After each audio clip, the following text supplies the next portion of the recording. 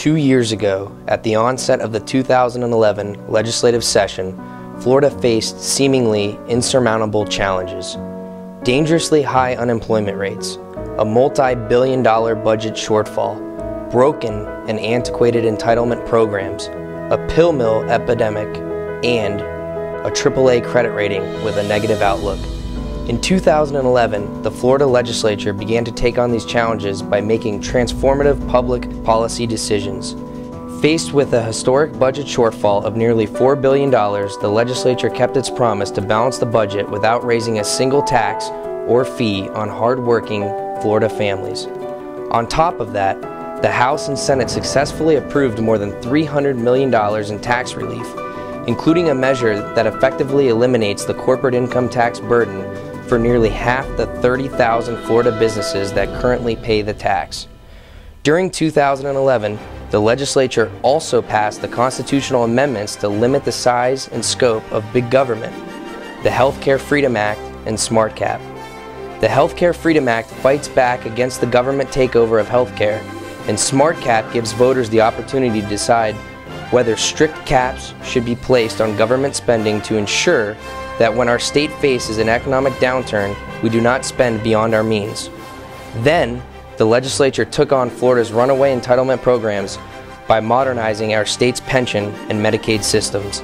The pension system now operates more like a private sector, and the Medicaid system, which currently takes $1 out of every $3 of the budget under the legislature's reform bill, gives Florida the flexibility needed to manage the Medicaid program in a way that is cost-effective and patient-centered. Additionally, the commitment to family values has been unwavering, as evidenced by the 5 bills adopted in 2011 that protect the sanctity of life, as well as the passage of the Religious Freedom Act and numerous measures that expand school choice options and empower our state's parents. Also, on the education front in 2011, the Student Success Act passed. This measure ensures Florida students will be provided a quality education by instilling accountability in our state's school system and ending teacher tenure. With those goals completed, many wondered whether the legislature would be able to pass additional meaningful reforms during the 2012 legislative session. But this session proved to be another banner year. Despite an ongoing economic downturn and a $1.4 billion budget shortfall, the legislature passed a balanced budget without raising taxes on hard-working Floridians. Within that budget, $1 billion in new funding was dedicated to K-12 education. There were also sweeping changes made to the state's Personal Injury Protection, or PIP. Currently, PIP is wrought with fraud and abuse, and this legislation reforms PIP from start to finish and will end the cycle of rising auto insurance premiums, meaning more money stays in the wallets of Floridians.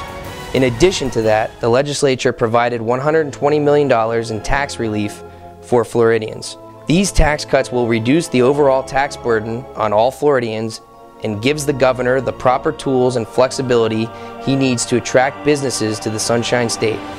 Bureaucratic red tape was also dramatically cut this session in order to reduce the cost of doing business here in Florida by eliminating 270 obsolete agency rules that the governor identified.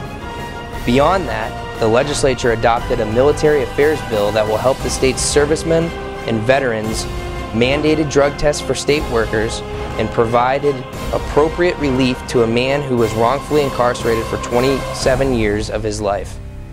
After 2 years of the legislature ushering in legislation to make the state of Florida the optimal place to live and work, the unemployment rate has declined 13 months in a row, pill mills are being shut down across the state, Florida's AAA credit rating was upgraded from a negative to a stable outlook, and the state's business owners and entrepreneurs are finding more predictability and stability in the business climate. And while there is still a long way to go, this progress could not have been achieved without the legislature taking on more big picture ideas to influence the landscape of Florida. To learn more about what the Florida legislature has done, visit www.flsenate.gov.